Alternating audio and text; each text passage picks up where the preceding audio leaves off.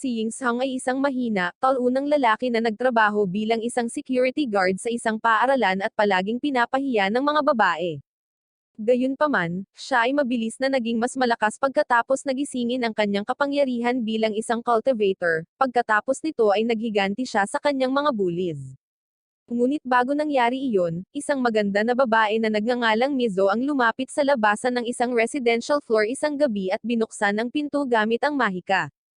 Samantala, si Ying Song, isang baguhan na security guard, ay nakahiga sa kanyang kama, nag-scroll sa social media, habang ang kanyang senior na si Lee, ay nagtatrabaho sa kanyang desktop computer. Biglang naputol ang supply ng kuryente, at nay na si Lee, kaya agad niyang inutusan si Ying Song na pumunta at tingnan ang circuit sa rooftop. Sumagot ang baguhan na bida na kakahiga lang niya sa kanyang kama, ngunit sinabihan siya ni Lee na isara ang katiyang bibig, ipinaalala sa kanya na siya ang baguhan dito at idinagdag na ang pagtatrabaho sa ganitong saloobin ay maglalagay sa kanya sa problema balang araw. Kaya, isinuot ni Ying Song ang kanyang kamiseta at lumabas ng silid. Naabot ni Mizo ang rooftop at inactivate ang kanyang kapangyarihan, na agad na naglipad sa kanya sa hangin. Samantala, nagtataka naman ang kapos-palad na newbie na papunta sa labas kung bakit walang galang ang chubby boy sa kanya gayong unang araw pa lang ng trabaho niya. Gayunpaman, napagpasyahan niya na wala siyang pagpipilian kundi ang lunukin ang kanyang pride dahil kailangan niya ang trabahong ito upang makayanan ang kanyang mga pangangailangan. Mabilis siyang nakarating sa exit at nagulat siya nang makitang bumukas ang pinto. Iniisip niya kung magnanakaw ito, at agad niyang binuksan ang pinto para tingnan kung sino ang nasa labas. Pagkatapos, nakakita siya ng babaeng lumilipad sa ere. Nagambala si Mizo nang makita siya, at habang nakatingin siya sa kanya, biglang tumama sa kanya ang isang kidlat na nagpabagsak sa kanyang malay. Mabilis na nilapitan siya ni Ying Song at nakita siyang walang malay, kaya iniisip niya kung ano ang dapat niyang gawin at naisipan niyang magpanggap na hindi siya nakikita. Tumayo si Ying Song para umalis ngunit nagbago ang isip at bumalik para tumulong. Naaalala niya ang mga hakbang sa pangunang Lunas na nakita niya sa TV, ngunit muling isinasaalang-alang niya ito, na iniisip na hindi niya dapat hawakan ang isang walang malay na babae. Gayunpaman, kinumbinsi niya ang kanyang sarili na siya ay isang ginoo na walang masamang intensyon at ginagawa lamang ito upang iligtas siya. Kaya, yumuko siya para ikis siya, na agad namang nagsasanhi ng maliwanag na liwanag sa kalangitan. Biglang nakita ni Mizo ang kanyang sarili sa ibang mundo, at naalala niyang dumaan siya sa heavenly tribulation bago siya naantala ng ibang tao. Gulat niyang nakita ang kanyang ina, ngunit habang sinusubukan niyang tumakbo upang salubungin siya, nawala siya.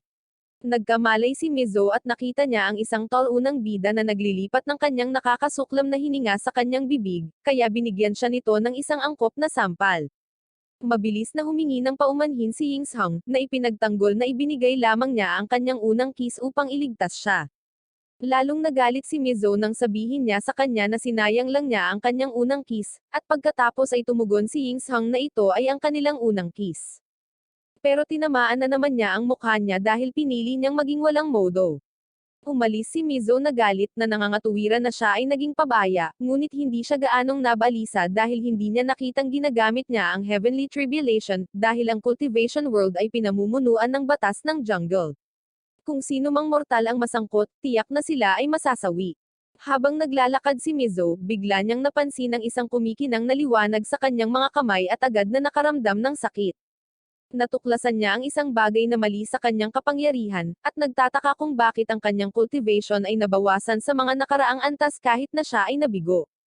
Nangangatuwiran siya na ang lahat ng kanyang pinaghirapan ay masasayang sa bilis na ito, at nagpa siya na tingnan ang isyo sa lalong madaling panahon. Samantala, si Ying Song ay nakakaramdam ng lagnat na may kakaibang nangyayari sa kanyang silid habang siya ay natutulog ng gabing iyon. Kinabukasan, nakaupo siya sa labas at iniisip kung ano ang nangyayari sa kanya. Gayunpaman, napansin niyang mas na-refresh ang pakiramdam niya kaysa dati at ngayon ay may mas malinaw na paningin. Bigla niyang nakita ang parehong babae mula kahapon, naglalakad sa kalsada. Isang feeling pogi na lalaki na naghihintay sa isang Ferrari ang lumapit sa kanya na may dalang mga bulaklak, ngunit hinayaan niya ito dahil hindi siya nakikisalamuha sa mga feeling pogi na lalaki. Nakakagaan sa pakiramdam na panoorin ito ni Ying Song, dahil nagulat siya na ang isang babae na tulad niya ay may mga nagkakagustong lalaki. Isang misteryosong di nakikitang mata ang biglang nagpakita sa kalangitan, na napag-alaman na may nagpakita na bagong cultivator. Kaya, nagpa siya itong subukan ang mga kakayahan ng bagong cultivator. Sinubukan ng lalaki na hikayatin si Mizo, ngunit hindi siya nagbigay ng paki dito. Samantala, isang magandang nakablonde ang nakatanggap ng tawag sa harap ng isang gusali, ganap na hindi alam na ang billboard sa tuktok ng gusali ay malapit ng mahulog. Biglang nagsimulang mahulog ang billboard, na ikinagulat ng lahat nang magsimula silang tumakbo para sa kanilang buhay. Nakita ito ni Ying Song at agad na tumakbo palapit sa kanya, na nagbabalak na isagawa ang mga napapanood lang niya sa mga pelikula. Habang papalapit siya sa kanya, napagtanto niyang hindi siya bayani, dahil halos mahulog ang billboard sa ginang.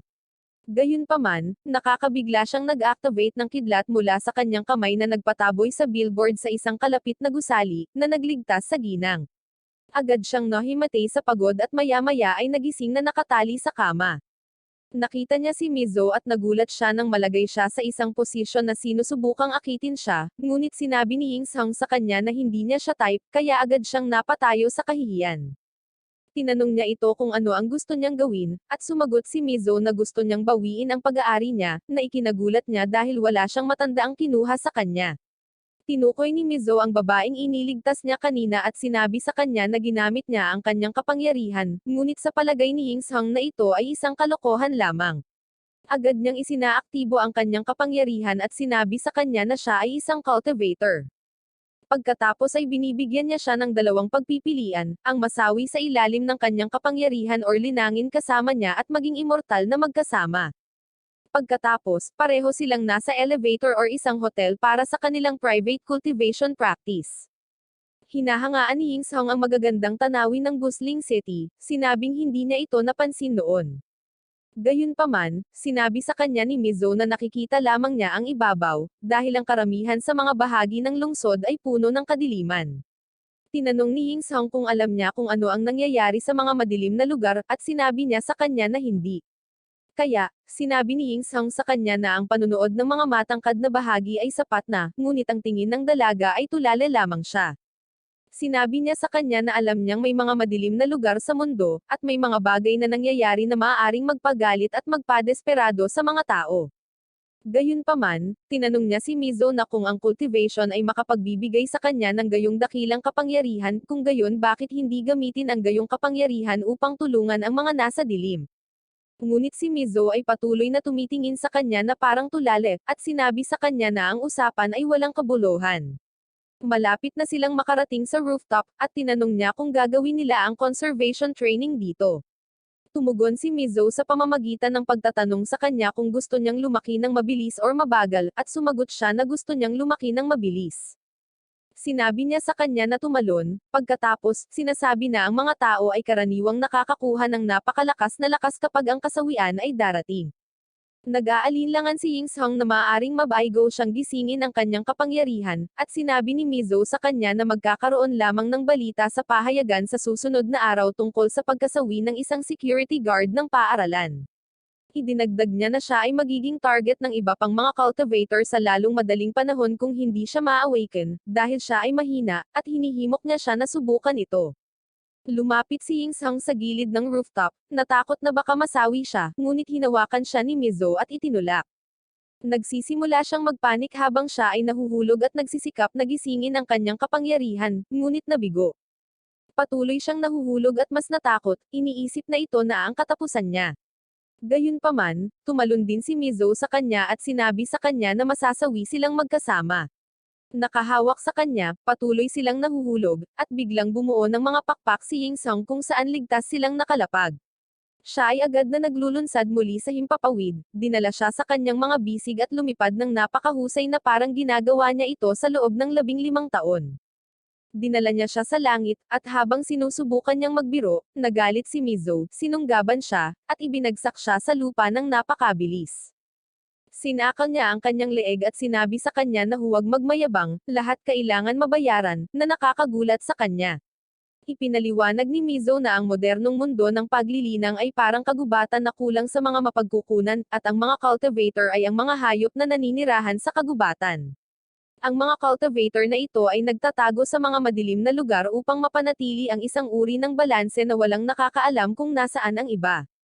Sinabi ni Mizo sa kanya na maaaring maging banta siya sa hinaharap sa iba pang mga cultivator, kaya kailangan niyang tapusin siya ng mabilis habang siya ay mahina pa.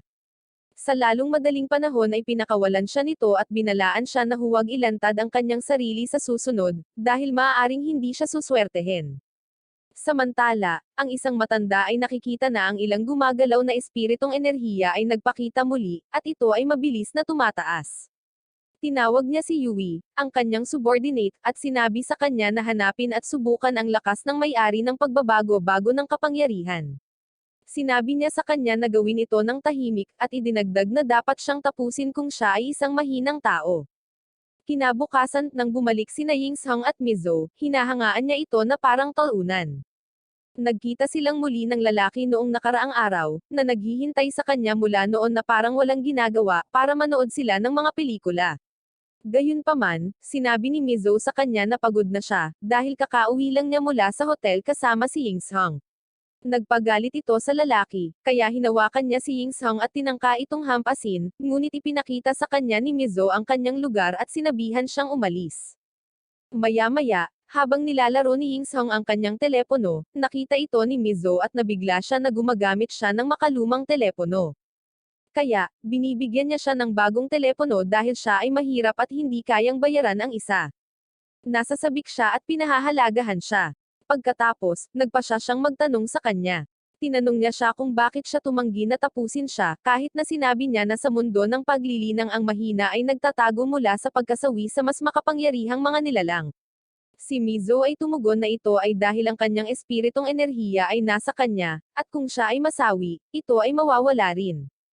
Gayunpaman, sinabi niya sa kanya na ang enerhiya ng espiritu ay maaari lamang maipadala sa pamamagitan ng isang natatanging paraan ng kanyang pamilya, na nangangahulugang hindi siya maaaring makipag-ugnay sa kanya. Tumalikod siya para umalis, ngunit pinigilan siya ni Yingzhong at sinabi sa kanya na mayroon siyang isa pang tanong. Tinanong niya ito kung maaari silang mag-cultivate ngayong gabi, ngunit agad na napahiya sa tanong nito at nagsimulang umalis. Gayunpaman, mabilis niyang hinawakan ang kanyang kamay at nagsimulang tumakbo ng tuwang-tuwa, sinasabi sa kanya na maaari nilang simulan ang kanilang paglilinang mula sa kanilang mga kamay. Iniisip ni Yingzhong kung gaano kainit ang kanyang nararamdaman kahit kakakilala pa lang nila. Sa kabilang panig ng bayan, noong gabing iyon, bukas palad na binibigyan ni Yui ang mga tao ng libreng tiket sa kasawian. Kinabukasan, tumungo siya sa paaralan kung saan nagpakita ang espiritu ng enerhiya sa unang pagkakataon, at hinuhulaan na ang tao ay dapat na isang lalaki batay sa kanyang espiritong enerhiya. Nangangatuwiran siya na ang paghahanap sa kanya ay tulad ng isang karayom sa isang dayami, at pagkatapos ay pinagmamasdan ang ilang talunan na tumitingin sa mga babaeng dumaraan. Kaya, gumawa siya ng isang diskarte upang makahanap ng isang bagong cultivator, na tiyak na mahuhulog ang lahat ng lalaki, na tinatawag na butikol. Kabilang dito ang pagpapakalat niya ng mga larawan gamit ang dancing spell para lahat ng lalaki ay magsimulang lumapit sa kanya at gustong makipag-date sa kanya. Huminto ang isang lalaki na naglalakad, iniisip ang kanyang negosyo, at nagpas siyang makialam sa kanyang mga gawain at nagreklamo tungkol sa kanyang pananamit. Ngunit hinarap niya ito sa mukha. Pagkatapos, ilang lalaki ang nagsimulang sumulpot habang ang dancing spell ay nagkakaroon na ng epekto sa kanila, ngunit pinatumba niya ang bawat isa sa kanila dahil sila ay masyadong hindi pogi at hindi ang tipong hinahanap niya. Nagiging balisa siya, nagtataka kung bakit hindi pa niya nakikilala ang lalaking hinahanap niya, kahit na halos hinikayat na niya ang lahat ng lalaking estudyante sa kolehiyo. Nagtataka siya kung naging epektibo ba ang pang-aakit sa kanyang pagsasayaw. Siya ay nangangatuwiran na kung ito ay dahil siya ay napunta sa maling paraan, or marahil siya ay nagkakagusto sa mga lalaki. Nagpasya siyang baguhin ang direksyon ng kanyang gawain. Kinagabihan, habang nakikipag-chat si Yingzhong kay Mizo sa kanyang bagong smartphone, napansin niya si Lee na parang kilabot at nagtataka kung ano ang nangyayari sa lalaking ito. Samantala, si Lee ay nakatutok, at kasalukuyang nakikipag-chat siya kay Yui, na nagpapanggap na isang lalaki. Sinabi sa kanya ni Yui na inaasahan niyang makilala siya sa labas, kaya agad siyang tumayo na parang tulale at nagsimulang magtungo sa labas. Kakaiba ito, iniisip ni Yingzhong na tila nadala ang kanyang puso. Iniisip niya kung sinaniban si Lee, at natatandaan niyang may kamakailang trend ng mga taong nasasawi dahil sa isang gabing pagbuo ng plot. Kaya naman, agad siyang tumakbo sa kanya. Paglabas, nakita ni Lee si Yui at nagsimulang lumapit sa kanya na para bang nasa nebon siya. Gayunpaman, nadismaya si Yui nang napagtanto niyang isa pa lang siyang hindi pogi, tall-una na lalaki. Kaya, tumalikod siya at nagsimulang umalis. Patuloy siyang hinahabol ni Lee na parang nasa sabik, at habang papalapit ito sa kanya, inilunsad niya sa kanya ang kanyang malakas na suntok na inihagis siya sa ere. Nakita ito ni Ying Song at tahimik na nagpa siya na ipakita ang kanyang kapangyarihan upang iligtas siya, na lubos na pinabayaan ang nakaraang babala ni Mizo. Nasa sabik si Yui dahil nahanap na niya ang matagal na niyang hinahanap. Samantala, patuloy na umaarte si Lee na parang tulali kaya dini-activate ni Yui ang dancing spell na ginamit niya sa kanya. Ngunit hindi titigil si Lee sa pagiging tulali. Tumakbo si Ying Song, balak niyang pumunta sa rooftop para salubungin si Mizo, ngunit bigla siyang inatake ni Yui, pinahinis siya, at pagkatapos ay inilunsad ang dancing spell sa kanya. Nagsisimula siyang mahumaling sa kanya at pinuntahan siya sa rooftop, nasa sabik para sa kanyang mga rice cake. Habang papalapit siya sa kanya, ina-activate ni Yui ang spirit restriction, na ginagamit para pigilan ang pagtagas ng spirit energy at spiritual sense detection para hindi sila matagpuan ng mga tagalabas na cultivator. Si Ying Song, nasa ilalim pa rin ng spell, ay nagpa siya na mag-propose sa kanya at inalok siya ng ilang karne. Ngunit napahiya si Yui at sinuntok siya bago agad na inalis ang dancing seduction spell bago siya matuksong kainin ang karne nito. Nanambalik ang kanyang isip, at iniisip niya kung ano ang nangyari. Nagulat si Ying Song nang makita siya, nagtataka kung sino siya at bakit siya nasa rooftop. Sinabi ni Yui sa kanya na gumawa lamang siya ng isang panukala sa kanya, na ikinagulat niya, at tumugon siya na siya ay malalagot kung malaman ito ni Mizo. Pagkatapos ay nagpatawag si Yui ng isang nagninangas na sandata para tulungan si Mizo sa bagay na iyon. Napagtanto ni Ying Song na isa itong cultivator at naalala niya ang sinabi ni Mizo sa kanya, ang mga lumang cultivator ay palaging nanaisin na sakupin ang mga bagong cultivator. Kaya naman, nag-iisip siya ng paraan para makatakas.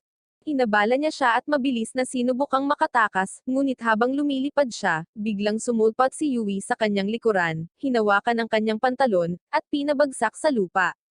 Ang plot armor ni Ying Song ay tinanggal sa proseso, na inihayag ang kanyang asset, at tinawag niya itong kahihiyan para sa pagpayag na maalis ito ng ganoon. Naasar si Yui at agad siyang sinumpa, ngunit bigla siyang hinampens ni Mizo ng kanyang kapangyarihan, na nagligtas sa kanya. Natagpuan siya ni Mizo na katawa-tawa dahil sa paghila ng kanyang plot armor sa harap ng isang babae, at habang sinusubukan niyang magpaliwanag, isiniwalat ni Yui na nag-propose siya sa kanya kanina, na ikinagulat niya. Pagkatapos ay sinabihan siya ni Mizo na lumuhad, sinabing babalik siya upang harapin siya pagkatapos niyang tapusin si Yui, na nagpaisip sa kanya kung gaano siya kawalang silbi sa isang lalaki. 10 minuto sa kanyang parusa, nakita niya ang dalawang babae na nagtatalo, kaya sinabi niya na sila ay nag-aaway para sa kanya. Nainis dito ang dalawa, at agad nila itong pinatumba dahil sa pagsasabi ng ganoong bagay. Hinding-hindi sila mag-aaway sa isang lalaking tol-una na tulad niya. Ang dalawang babae ay naghahanda sa pakikipaglaban, at sinabi ni Mizo kay Ying Song na kakausapin niya siya sa pamamagitan ng telepathy mula ngayon. Napagtanto ni Yui na si Ying Song ay nasa kalagitnaan ng yugto ng key condensation, habang si Mizo ay nasa maagang yugto ng pagtatatag ng pundasyon, at nagagalit dahil pareho silang naglalabas ng espiritual na enerhiya sa harap ng publiko kapag sila ay isang grupo lamang ng mga mahihina. Si Mizo, gamit ang telepathy, ay nagpapaalala kay Ying Song ng aral na itinuro nito sa kanya sa kanilang huling pagsasanay tungkol sa iba't ibang antas ng paglilinang, at ang kanilang malaking pagkakaiba sa isa't isa. Sinabi niya sa kanya na tiyak na magiging mahina siya kung haharapin niya ang sino mang may mas mataas na antas kaysa sa kanya, maliban kung mayroon siyang espesyal na sandata upang punan ang pagkakaiba sa pagitan ng mga antas. Biglang umatake si Yui, at agad na nadiskubre ni Mizo na nasa huling yugto na siya ng Foundation Establishment, isang yugto na hindi niya kayang talunin kahit nakasama niya si Ying Song. Gayunpaman, ipinatawag niya ang kanyang espada at nagsimulang lumaban. Pareho silang nasangkot sa isang matinding palitan, pagkatapos ay biglang nagpadala ng isang pag-atake si Yui gamit ang kanyang nagninangas na espada. Ngunit mabilis na nawala si Mizo at muling nagpakita sa itaas niya bago siya hinampers ng kanyang black weapon, na nagpabagsak sa kanya sa lupa. Pagkatapos ay sinabihan niya si Ying Song na umalis kaagad at aabutan niya ito mamaya. Muling sumugod ang dalawa gamit ang kanilang kapangyarihan, ngunit dinaig ni Yui si Mizo at hinawakan ang kanyang leeg. Pagkatapos ay dinala niya siya sa itaas sa langit bago siya ibinagsak sa lupa. Nanghina si Mizo at namimilipit sa sakit ngunit patuloy siyang hinampers ni Yui, pagkatapos nito ay nagpatawag siya ng mas malakas na pag-atake at inilunsad ito sa kanya. Mabilis itong hinaranggan ni Mizo nang may paghihigpit sa pagtatanggol, ngunit ang pag-atake ay nagiging napakabigat para sa kanya. Samantala, habang nakatakas si Ying Song, bigla niyang napagtanto na hindi nalalabas ng buhay si Mizo sa labanang iyon na may napakalaking pagkakaiba sa kanilang mga antas ng cultivation. Sa kabilang panig ng bayan, natapos na ng master ni Yui ang pagdaragdag ng higit pang mga kasawian sa kanyang pangalan, at naisip niyang kunin din ang kaluluwa ni Yui pagkatapos nitong bumalik mula sa kanyang misyon para magamit niya ito upang makapasok sa huling yugto ng core formation stage. Si Mizo ay patuloy na lumalaban ng buong lakas ngunit hindi nagtagal ay nataman siya. Nilapitan siya ni Yui at sinubukang itanim ang mga binhi ng puot sa kanyang puso laban kay Ying Song sa paglayas at pag-iwan sa kanya, ngunit tumanggi si Mizo na mag-isip ng ganoon. Sinabi sa kanya ni Mizo na hinding-hindi ito maiintindihan ng mga taong katulad niya, na nagpagalit sa kanya. Kaagad niyang tinangka na tapusin siya, ngunit hamarang si Ying Song at sa halip ay tumanggap ng pinsala. Si Mizo, na inakala na niyang masasawi na siya, ay nabigla nang makita siya. Nagsimula siyang umiyak at naalala ang minsang sinabi sa kanya ng kanyang ina, noong bata pa siya, na ang lalaking pakakasalan niya sa hinaharap ay dapat na kayang aliwin siya at alagaan, at dapat ding protektahan siya mula sa mga pananakit. Habang ginugugol ng dalawa ang kanilang mga huling sandali na magkayakap, sinisipa ni Yui si Ying Song sa galit at nawalan din ng malay si Mizo. Nawalan si Ying Song ng malay at nagising sa ibang mundo, kung saan nakita niya ang isang tagapag-alaga ng underworld na nagpapakilala sa kanyang sarili bilang Swansea, na ikinagulat niya. Ipinatawag ni Swansea ang Black Sword at pinakawalan ng kapangyarihan nito, na ikinatuwa ni Ying Song, na agad na nakilala ang sandata. Sinabi sa kanya ni Swansea na ang kanyang espiritong enerhiya ay nagmula sa parehong pinagmulan tulad ng sa kanya, ngunit nagulat siya na si Ying Song ay hindi mula sa parehong linya ng dugo. Pagkatapos ay napagpasyahan niya na dapat siyang maging kasosyo sa paglilinang ng kanyang mga supling. Naalala ni Ying Song na minsang pinag-uusapan ni Mizo ang tungkol sa kanyang ninuno, at iniisip niya kung ito ba ang ninuno na tinutukoy niya, kaya nagpasya siya na gagamitin niya ang kanyang pangalan at tingnan kung paano tutugon si Swansea. Sinabi niya sa kanya na asawa niya si Mizo, nakakatuwa dahil napagtanto niya na siya nga ang kasosyo sa paglilinang ng kanyang supling. Pagkatapos ay nagpasya siyang bigyan siya ng isang espesyal na kapalaran upang matulungan ang kanyang cultivation. Ipinatawag niya ang mga butil ng hunan at ibinigay ito sa kanya, sinabi sa kanya na nakuha niya ang mga ito nang nagkataon daan-daang taon na ang nakalilipas, at may iniwan siya sa loob na maaaring makatulong sa kanya. Pagkatapos ay sinabi sa kanya ni Swansea na nauubusan na ito ng spirit energy, kaya makakatulong lang ito sa kanya na makaalis sa kanyang kasalukuyang panganib. Hindi nagtagal ay umalis si Swansea, sinasabi sa kanya na maibabalik niya ang kanyang kapangyarihan sa sandaling umalis siya rito. Gayunpaman, tinanong ni Ying Song kung paano niya gagamitin ang mga kwintas ngunit hindi siya nito sinagot. Pagkatapos, habang si Mizo ay umiiyak sa kanyang walang malay na katawan, isang sinag ng liwanag ang biglang sumikat mula sa kanyang katawan patungo sa kalangitan, at si Ying Song ay lumabas mula rito na may nagbagong anyo, bitbit si Mizo sa kanyang mga kamay, na ikinagulat ni Yui. Nagulat siya sa malakas na espiritong kapangyarihan na nagmumula sa kanya at sa bilis ng pag-level up niya. Nangangatuwiran siya na hindi niya ito kayang labanan sa kanyang kasalukuyang antas at maaaring masawi sa ganitong bilis. Nagtataka siya kung mas mataas ang level niya kaysa sa kanyang master, kaya agad niyang inactivate ang Fire Whip at nagpakawalan ng pag-atake, ngunit winasak ito ni Ying Song sa isang daliri, nagulat siya, at bumagsak siya sa lupa na nanghihina. Ngayong nawasak na ang kanyang mahiwagang sandata, nagpasya siyang tumalon mula sa bubong dahil wala na siyang pag-asa. Ngunit mabilis na sinundan siya ni Ying Song at iniligtas siya, na ikinagulat niya. Tinawag niya siyang walang isip, sinabihan siyang laban lang ito at di niya kailangang tapusin ang kanyang sariling buhay. Iminumungkahi niya na maaari siyang tumakas na parang duwag sa halip. Dinala niya siya pabalik sa rooftop, at itinulak siya ni Yui na parang walang utang na loob. Tinanong siya kung ano ang alam ng isang mahinang tulad niya tungkol sa kalupitan ng mundo. Umalis siya, at habang nag-aalala si Ying Song sa kanya, sinabihan siya ni Mizo na huwag magbigay ng pansin tungkol dito. Ang bawat tao'y may kanya-kanyang sikreto. Pagkatapos ay kinurot niya ang kanyang tainga, nagtatanong tungkol sa kapangyarihan na ipinakita niya lamang, at nililinlang siya nito sa pamamagitan ng pagsasabi sa kanya na noon pa man ay pangarap na niya na perpektong kumilos ng cool ng isang beses. Ngunit hindi naniniwala si Mizo, kaya kinatok niya ito sa ulo at pagkatapos ay nagsimulang kaladkarin siya, hinihiling sa kanya na pumunta sa isang lugar kasama niya. Sinabi ni Ying Song sa kanya na kailangan niyang magpahinga, dahil hating gabi na, ngunit tumugon siya na kumuha siya ng isang silid kung saan maaari silang magpalipad ng gabi.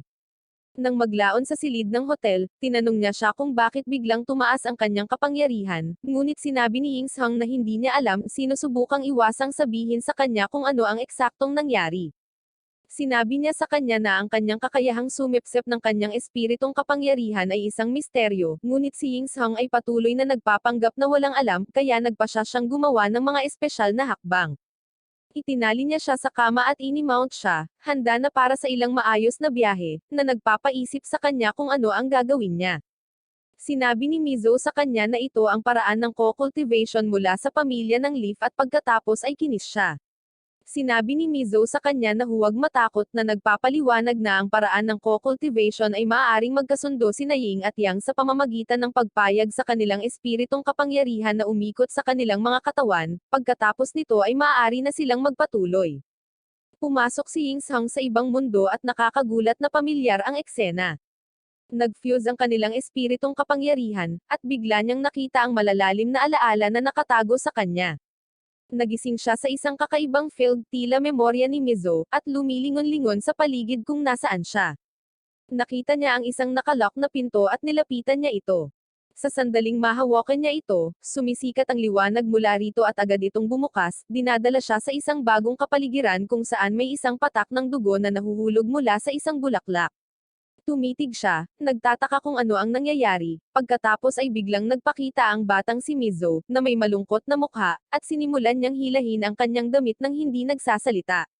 Isang black hole ang biglang bumukas sa ilalim nila, at nahulog sila dito.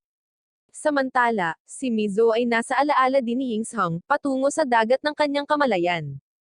Plano niyang lumapit ng kaunti upang magamit ang kanilang espiritong enerhiya upang makita kung saan ang kanyang pinagmulan. Gayunpaman, sa paglapit, naramdaman niya ang isang napakalaking pagtaas ng isang magic na sandata, na kinumpirma niyang buhay, na ikinagulat niya. Agad siyang napunta sa isa pang nakakakilabot na eksenang minsan na niyang naranasan. Nakikita ni Mizo ang mga taong nakahandusay sa sahig na sawi, at pagkatapos ay nakita niya ang kanyang kaaway, na ikinatakot niya habang papalapit ito sa kanya para tapusin. Nagising si Ying Song mula sa kanyang maikling pag-idlip sa gitna ng nasusunog na bahay, at agad na nakarinig ng boses na humihingi ng tulong. Mabilis siyang tumungo doon at laking gulat niyang nakita ang isang kakaibang lalaki na nakatayo sa tuktok ng isang gusali. Habang iniisip niya kung sino ito, isang sugatang babae ang patuloy na umiiyak para humingi ng tulong, ngunit ang kakaibang lalaki ay lumapit para tapusin siya. Bago magawa ni Ying Song ang anumang bagay, pareho silang bumalik sa realidad, at nagsimulang malungkot si Mizo habang iniisip ni Ying Song ang kanyang masakit na nakaraan, na nagudyok sa kanya na maging determinadong protektahan siya. Pagkalipas ng ilang sandali, sinabi sa kanya ni Mizo na ang kanyang pamilya ay may 34 na inapo sa modernong sibilisasyon. Gayunpaman, lahat maliban sa kanya ay binigyan ng all-expense-paid trip sa kasawian noong gabing iyon dahil sa kanilang family treasure, Black Sky Weapon. Idinagdag niya na balang araw ay babayaran niya ang pabor hanggat patuloy niyang pinanghahawakan ang kayamanan. Tinanong siya ni Ying Song kung ano ang cultivation level ng lalaki, at sinabi niya sa kanya na maaari silang magsanib puwersa para talunin siya. Sumagot si Mizo na naabot na niya ang maagang yugto ng Nodsan Salt na ginagawa siyang pinakamataas na antas ng paglilinang na patriarch na mayroon ding 6 pang elder na kasama niya sa independenteng antas ng kaluluwa. Kung magkikita sila ngayon, wala siyang pagkakataon na manalo. Naglakad si Ying Song palapit sa kanya at hinawakan ang kamay nito, tiniyak sa kanya na tutulungan siya nitong talunin siya. Pagkatapos ay kinis siya nito, na ikinahihiya niya. Nagpasya si Ying Sang na ibunyag ang impormasyon tungkol sa kanyang espiritong enerhiya, na itinatago niya mula sa kanya, ngunit sinabi niya sa kanya na huwag mag-alala, sinabi na hindi niya nakita ang anumang mga lihim sa dagat ng kanyang kamalayan kanina, at sa halip ay naramdaman ang init na hindi niya naramdaman sa mahabang panahon. Hindi nagtagal ay sinabihan niya siya na umalis na ikinagulat ng bida na nag-aakalang makakascore na siya.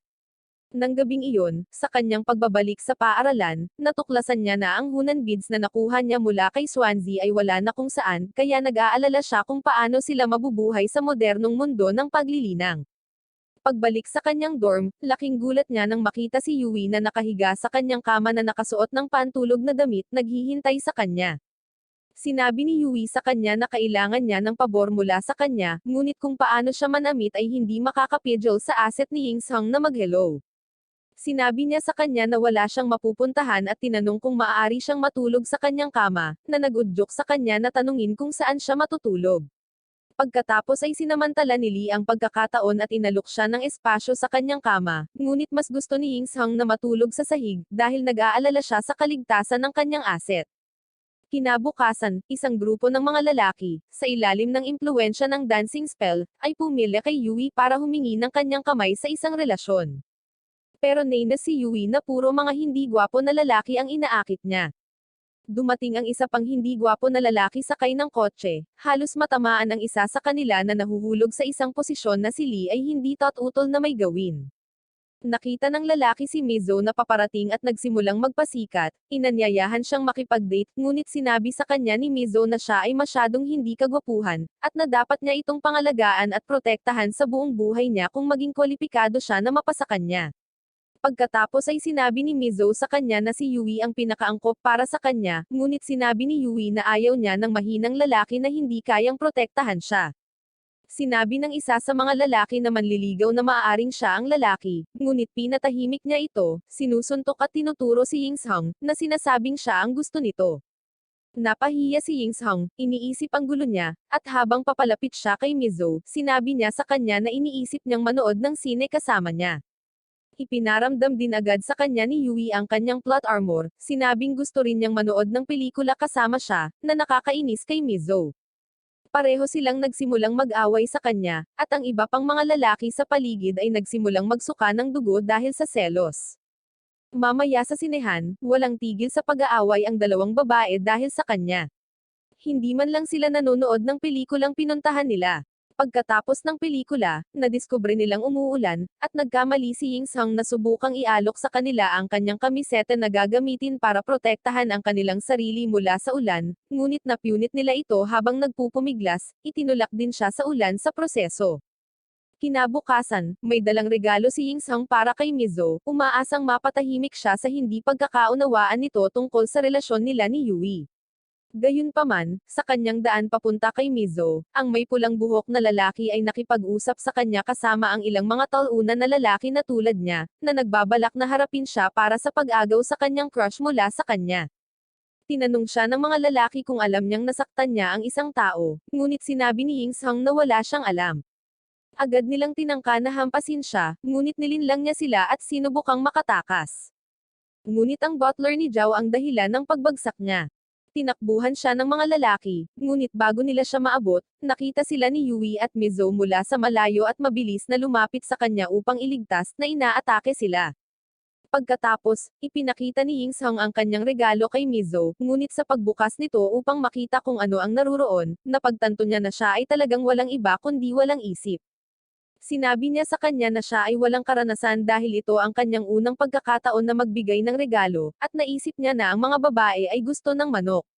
Nadismaya si Mizo sa kanya at nagmakaawa siya sa kanya, nag-aalok na bigyan siya ng isa pang magandang regalo.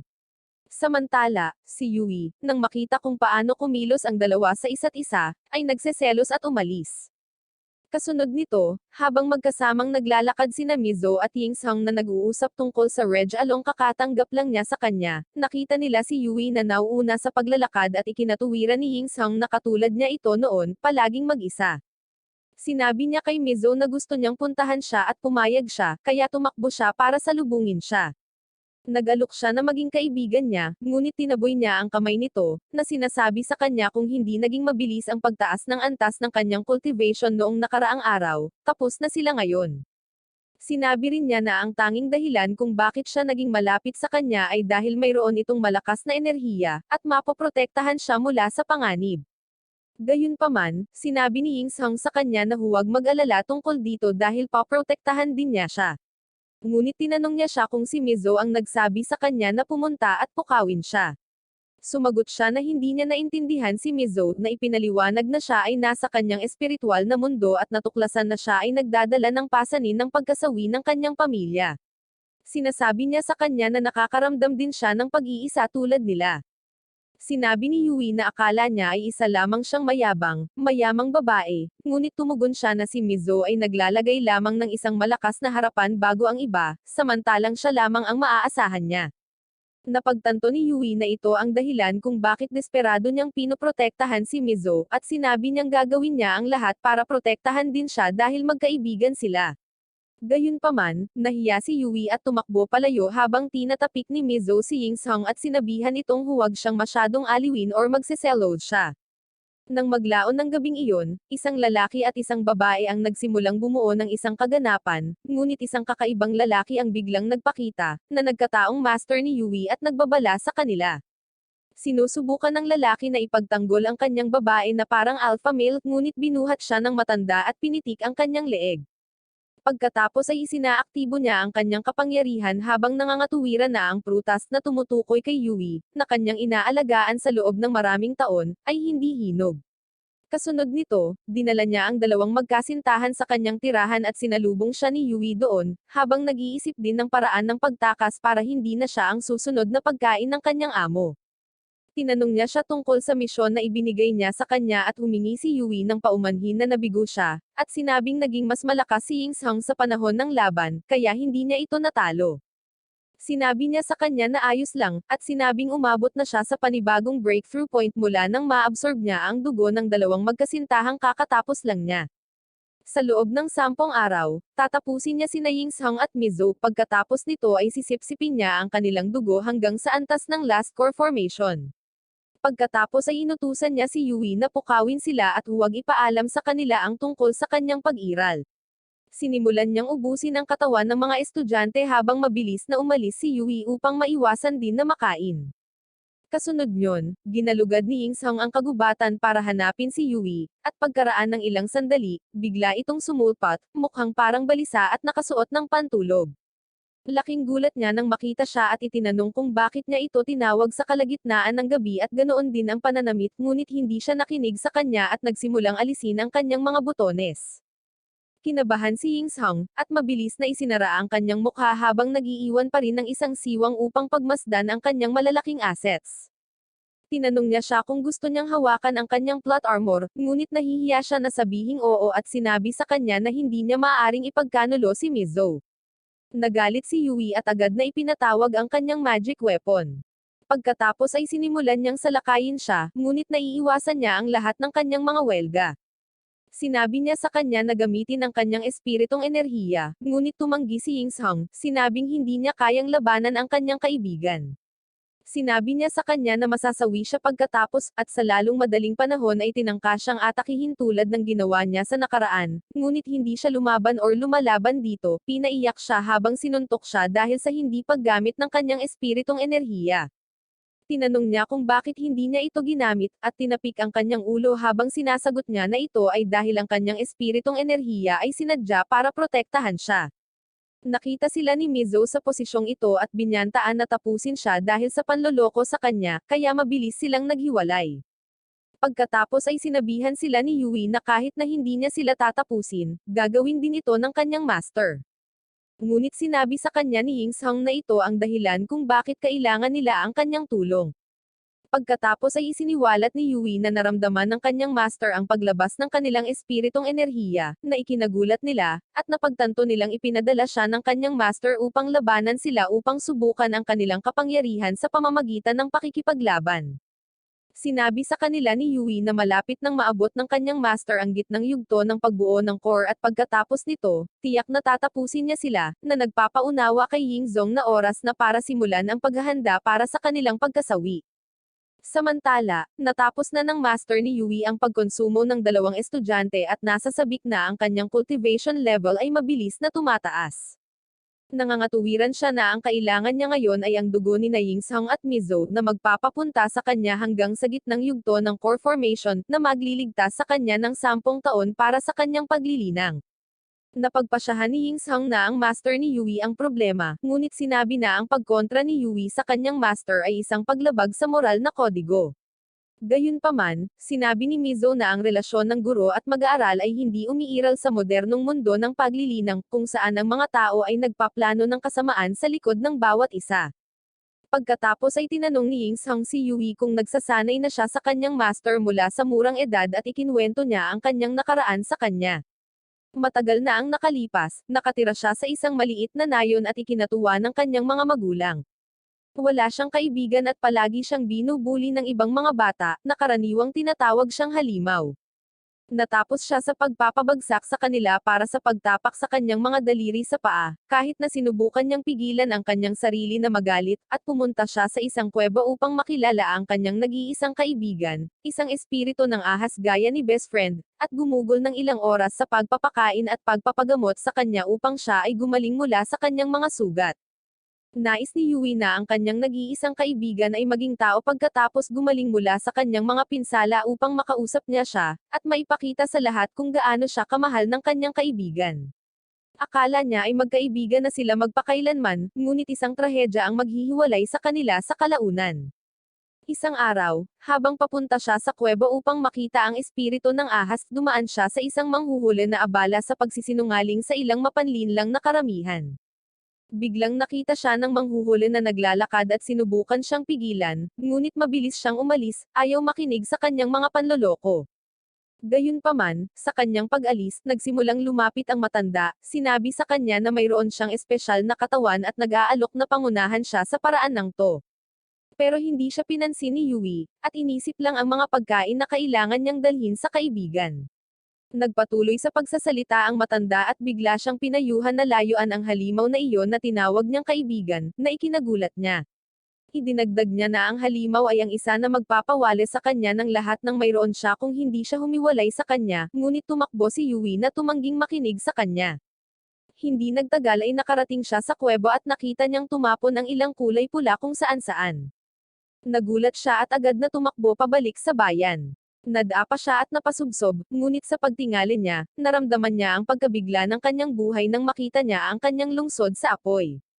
Ang espiritu ng ahas ay abala sa paggawa ng napakalaking pagsalakay sa mga tao roon nang hindi iniiwan ang sinuman. Bumalik si Yui sa kanyang lungsod sa takot at nagsimulang hanapin ang kanyang mga magulang. Mula sa maraming bangkay doon, hindi nagtagal ay natuklasan niya na ang kanyang mga magulang ay hindi nakaligtas at nagsimula siyang umiyak. Bigla niyang nakita ang manghuhulit na lubhang nasugatan, at pinuntahan niya ito. Ibinunyag niya na ang espiritu ng ahas ay tumakas sa kagubatan, at nasawi habang sinubukan niyang sabihin sa kanya na sundan siya. Patuloy ang pag-iyak ni Yui, sinisisi ang sarili sa pagiging responsable sa pagkasawi ng lahat. Kumuha siya ng pamalo at nagtungo sa kagubatan upang hanapin ang espiritu ng ahas, ngunit pagdating sa kuweba, isang kakaibang lalaki ang lumapit sa kanya at sinabi sa kanya na siya ay isang tulalid dahil sa pagtatangkang lumapit at tapusin ang espiritu ng ahas na mag-isa. Humingi siya ng paumanhin sa hindi pagpigil sa halimaw sa pagpaslang sa kanyang nayon, at pagkatapos ay sinabi sa kanya na hindi siya dapat masawi dahil siya lamang ang nakaligtas sa nayon. Hindi nakinig si Yui at sinubukang dumaan sa kanya pero nabigo. Sinabi sa kanya ng estranghero na hindi niya matatalo ang espiritu ng ahas dahil nagiging mapanganib sila sa gabi ng kabilugan ng buwan. Pagkatapos ay binigyan niya siya ng isang espesyal na sandata kung saan maaari niyang tapusin ang halimaw. Agad naman itong kinuha ni Yui, at sinundan sa kagubatan ang dugo ng espiritu ng ahas hanggang sa matagpuan niya itong nakahandusay sa lupa at malubhang nasugatan. Nilapitan niya ang espiritu ng ahas na nagngangalit pa rin sa galit ng pagkasawi ng kanyang nayon, at binyantaan siya, nagtatanong kung bakit niya ginawa iyon. Ang espiritu ng ahas ay biglang sumugod sa kanya at si Yui ay bumagsak sa lupa sa takot. Gayunpaman, pinaandar niya ang punyal sa kanyang kamay at inatake ang espiritu ng ahas habang papalapit siya. Ang espiritu ng ahas ay nahulog sa kanyang balikat at nasawi, na biglang nagbigay kay Yui ng memorya ng lahat ng mga oras na magkasama sila dati. Pagkaraan ng ilang sandali, nang bumalik siya mula sa kagubatan, nakita niya ang matanda na lumulutang sa hangin at agad itong itinuring na immortal. Siya ay mabilis na lumuhod at nagmakaawa sa kanya na iligtas ang mga tao sa kanyang nayon, ngunit sinabi niya sa kanya na ang buhay, kasawian, at reinkarnasyon ay itinakda ng mga batas ng langit na hindi niya gustong labagin sa pamamagitan ng pagbuhay sa mga nasawi. Sinabi ni Yui sa kanya na siya ay may sakit sa kanyang puso at tinanong kung ano ang dapat niyang gawin, at siya ay nag-alok sa kanya ng pagkakataon na maging kanyang mag-aaral sa daan ng paglilinang, na kung saan ay pipigil sa kanyang puso na makaramdam ng higit pang sakit. Nagulat siya at agad niyang tinanggap na maging estudyante niya. Pagkatapos noon, siya ay naging kanyang master at sinundan siya nito sa landas ng paglilinang. Ngunit isang araw, habang nagsasanay kasama niya, nakagugulat niyang natuklasan na gumagamit siya ng ilang uhaw sa dugong halimaw na sining upang mapabuti ang kanyang antas ng paglilinang. Nagbago rin ang paningin nito sa kanya mula sa dati, at nagsimula siyang tumingin sa kanya na parang mandaragit na nakatingin sa kanyang biktima. Bumalik sa kasalukuyan, nagulat si Ying Sung nang marinig ito at sinabi sa kanya na ang ganitong uri ng fiend art ay maaring kumuha ng normal na dugo ng mga tao, upang palawakin ang antas ng cultivation, at habang kumukonsumo ng dugo ng cultivator, maaari itong gumawa ng kanyang tagumpay sa cultivation. Sa madaling salita, ang dugo ng cultivator ay parang tanak para sanayin ang kanyang fiend art. Napagtanto ni Mizo na kung kukunin sila ng master ni Yui at ubusin ang kanilang dugo, lalampas siya sa antas ng late-stage core formation na nakakagulat sa kanila. Ipinahayag ni Mizo na hindi nila siya matatalo kahit na mayroon silang mga artificial weapons. Gayunpaman, sinabi sa kanila ni Yui na dapat silang kumilos ng mabilis na wala silang oras para maghintay ng napakatagal, dahil tatapusin ng kanyang master ang kanyang fiend art at kukunin ang kanilang espiritu sa pamamagitan ng puwersa. Nang marinig ito, si Ying Sung ay natakot at naging duwag at iminungkahi kay Mizo na tumakas sila sa isang lugar na malayo. Inimagine ni Mizo ang tungkol sa pag-alis mula sa lipunan patungo sa isang lugar kung saan maaari silang bumuo ng isang balangkas ng magkasama. Nagselo si Yui at agad na pinutol ang kanilang ginagawa, na sinasabi sa kanila na mahahanap pa rin sila ng kanyang master kahit saan man sila tumakbo, na ipinaparamdam sa kanila na sila ay walang isip lamang sa pag-aakalang maaari silang tumakas. Si Ying Sung, na hindi tumitigil sa pagiging tulalip pagkatapos ay nakiusap kay Mizo na ibigay sa kanya ang lahat ng kanyang espiritong enerhiya dahil maaari niyang talunin siya sa ganitong paraan. Idinagdag niya na kahit na siya ay masawi, hindi siya tatutol na ipagpalit ang kanyang masayang buhay sa kanyang kasawian. Sinimulan nilang muli ang kanilang romantikong pagpapakita, at si Ying Sung ay nasa mood para sa pagbuo ng plot na eksena, ngunit binibigyan ni Yui ang kanyang utak ng factory reset na may katok sa kanyang ulo. Tinanong siya ni Ying Sung kung ano ang kailangan nilang gawin ngayon, at sumagot si Yui na maaaring magkaroon sila ng pagkakataon kung magkakasama sila. Nagulat siya, iniisip kung plano niyang magrebelde laban sa kanyang master, at sumagot siya na hindi ito matatawag na paghihimagsik, dahil matagal nang nagnanais ang kanyang master sa kanyang espiritong enerhiya. Ang kanyang instinct ay nagsasabi sa kanya na ang kanyang kasawian ay malapit na. Nakiusap si Yui na ayaw niyang bumitiw hanggang masawi, sinabing may pagkakataon pa sila basta't magkatrabaho sila. Sinabihan siya ni Mizo na huwag tumanggap ng isang kahilingan dahil maaaring ito ay isang bitag, ngunit tumugon si Yui na medyo masama ang kakayahan ng kanyang master at hindi niya alam kung bakit. Gayunpaman, sa wakas ay naabot ng kanyang master ang core formation stage pagkatapos ng napakaraming taon ng pagkuha ng dugo ng ibang practitioner. Idinagdag niya na ginugol niya ang kalahati ng kanyang oras sa pagsasanay upang maabot ang yugto ng pagtatatag ng pundasyon, ngunit kung pinapanatili ng kanyang master ang bilis ng pagleveling ng bilis ng paglilinang, siya ay masasawi mula sa kanyang mga kamay bago siya umabot sa core formation. Nagtanong si Ying Sung kung ang pagtutulungan ay magbibigay sa kanila ng pagkakataong talunin siya, at sumagot siya na maaaring magkaroon pa sila ng pagkakataon dahil hindi pa tapos ng kanyang master ang kanyang fiend art. Ngunit kung hindi, maaari lamang silang manalangin sa Diyos na tanggapin ang kanilang espiritu.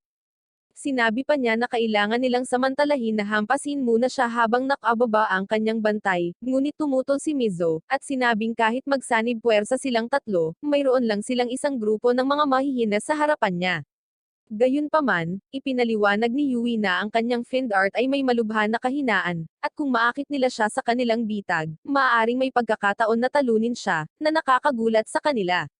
Mamaya sa gabing iyon, si Mizo at Ying Sang ay nananatili sa hotel, at tinanong niya siya kung magkakaroon sila ng sesyon ngayong gabi, ngunit sinagot siya ni Mizo ng suntok bilang tugon, na tinawag siyang talunan para sa pagsabi ng ganon. Gayunpaman, nagseselos lang siya na sinusubukan nitong tulungan si Yui muli na parang bayani. Ngunit tumugon si Ying Sang na sinusubukan lamang niyang tuparin ang pangalang ibinigay sa kanya ng kanyang ama, Ying Sang, na ang ibig sabihin ay bayani. Nakikita ito ni Mizo bilang isang napakatalino na tugon at sinabi sa kanya na dahil nagpasya siyang lumaban, kailangan nilang dagdagan ang kanilang pagkakataong manalo, na nagpapasaya sa kanya habang iniisip niyang pumayag itong bumuo ng isang balangkas kasama siya upang maabot nila ang core formation. Ngunit sinabi ni Mizo sa kanya na hindi pa siya handa para sa kanyang matinding sesyon. Nadidismaya si Ying Sang, nagtataka kung bakit sila kumuha ng isang silid sa hotel. Pagkatapos bigla niyang hinawakan ang kamay nito at sinabi sa kanya na sa huling pagkakataong nagkiss sila, nakita niya ang isang bowl ang liwanag sa mundo ng kanyang kamalayan, ngunit nagkunwari itong hindi alam ang sinasabi nito at sinabing ito ay maaaring simbolo ng kanyang talento. Sinabi sa kanya ni Mizo na hindi, at sinabing naramdaman niya na ang enerhiya ng light ball ay kapareho ng sa kanyang pamilya, at hindi ito ang parehong espiritong enerhiya na hinihigop niya mula sa kanya. Idinagdag niya na ang kapangyarihang ito ay mas malaki kaysa sa anumang nakita niya, ngunit sinabi ni Ying Sang sa kanya na nararamdaman niya na ito lamang ang kanyang potensyal bilang isang practitioner. Sinabi niya sa kanya na kung matagumpay niyang magagamit ang enerhiya na ito, maaari nilang talunin ang matandang master na kinakalaban nila. Tinanong niya siya kung paano niya mailalabas ang enerhiya na ito, at ipinaliwanag ni Mizo na maaaring ito ay katulad ng isang artificial or isang espiritong sandata, kaya kakailanganin niyang gamitin ang kanyang dugo upang palabasin ito at bumuo ng isang kontrata sa kapangyarihan. Gayunpaman, sinabi ni Mizo sa kanya na kailangan niyang mag-ingat dahil ang malalakas na sandata ay karaniwang naglalaman ng mga espirito ng malalakas na halimaw na naninirahan sa kanila. Ang mga espiritu ay may sariling kamalayan, na ginagawang talagang makapangyarihan ang mga sandata. Nang marinig ito, nasasabik si Ying Sang na maaring magkaroon sila ng pagkakataong manalo, ngunit binali ni Mizo ang masamang balita, at sinabing medyo delikado ang pagpapakawala ng espiritu ng sandata dahil baka maagos siya nito. Tinatakot nito ang kaibuturan kay Ying Sang, ngunit ang tanging naiisip ng kanyang utak ay ang espiritu ang sasanib sa kanyang katawan para magkaroon ng sesyon sa kanya. Pumayag siyang ilabas ang espiritu ng armas dahil ito ang pinakamahusay sa mga masasamang opsyon na magagamit, at agad na hiniwa ni Mizo ang kanyang palad gamit ang kanyang mahiwagang sandata habang tinatawag ang espiritu ng armas. Nagpakita ang espiritu, at binigay ni Ying Sang ang kanyang dugo upang mabuo ang kontrata. Pagkatapos ay nagpakita ang isang magandang espiritu ng ginang, na ikinagulat niya. Napagtanto ni Mizo na mataas ang kanyang cultivation spirit, at nasasabik si Ying Sang na hindi nila kailangang matakot sa matandang master. Gayunpaman, ang espiritu ng sandata ay nagbutas sa kanyang pananabik nang sabihin niya sa kanya na kailangan niyang nasa spirit level upang mailabas ang kanyang buong kapangyarihan. Lubos niyang sinisira ang kanyang kakuhan kapag idinagdag niya na siya ay masyadong mahina para pigilan siya ng matagal, at pagkatapos ay nawala siya, upang talagang ipakita na siya ay isang mahina. Sinabi sa kanya ni Mizo na ang kanyang antas ng paglilinang ay hindi maaaring gumamit ng 1% ng tunay na lakas nito, at si Ying Sang ay nagmumungkahi na bumuo sila ng isang sesyon, ngunit muli niya itong iniiwasan. Nang maglaon ng gabing iyon, naisip ni Ying Sang na kung hindi niya magagamit ang kanyang espiritu ng sandata sa pakikipaglaban, kahit papaano ay gagamitin niya siya sa ibang mabuting gamit. Muli niyang hiniwa ang palad para matawagan siya, ngunit nagpupumiglas siya. Kinabukasan, habang siya ay nag-iisip tungkol sa kanilang diskarte upang talunin ang master ni Yui, muling nagpakita si Zhao kasama ang dalawang cultivator, at hiniling sa kanya na ibigay sa kanya si Mizo kung gusto niyang mabuhay. Ngunit sinabi niya sa kanya na iyon ay para kay Mizo na magpas siya, na nagpainis sa kanya. Inutusan ni Zhao ang dalawang cultivator na kasama niya na salakayin siya, at habang sinusugod nila siya ng malalakas na pag-atake, biglang nagpakita sina Yui at Mizo para harangan sila.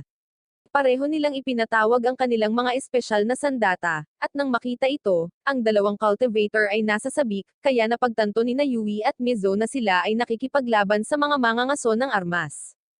Pareho silang nagpapakawalan ng mga pag-atake gamit ang kanilang mga sandata, ngunit ang dalawang cultivator ay mabilis na gumawa ng ilang mga spell na sumisira sa mga pag-atake at nakuha ang dalawa sa kanila, na naghihigpit sa kanila sa paggamit ng kanilang kapangyarihan.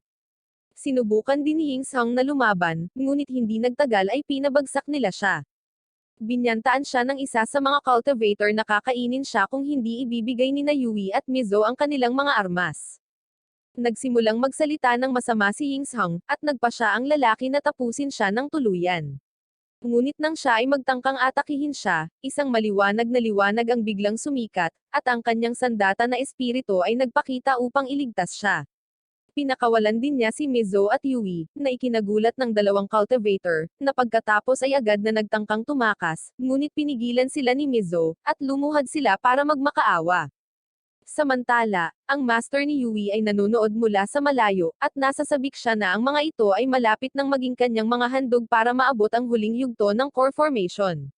Binalaan ni Mizo si Zhao na huwag nang guluhin muli si Ying Song, or kung hindi ay mananagot siya sa kanya, na dumurog sa puso ni Redhead, na naging malungkot habang tumatakbo siya sa kahihiyan na tinanggihan siya ng isang babae. Pagkatapos, sinuri ni Yui ang espiritu ng sandata at nagtataka kung paano nagkaroon ng ganito dito. Ipinakilala ng espiritu ng sandata ang kanyang sarili bilang may kontrata para sa pagtatapos ng dugo ni Ying Song.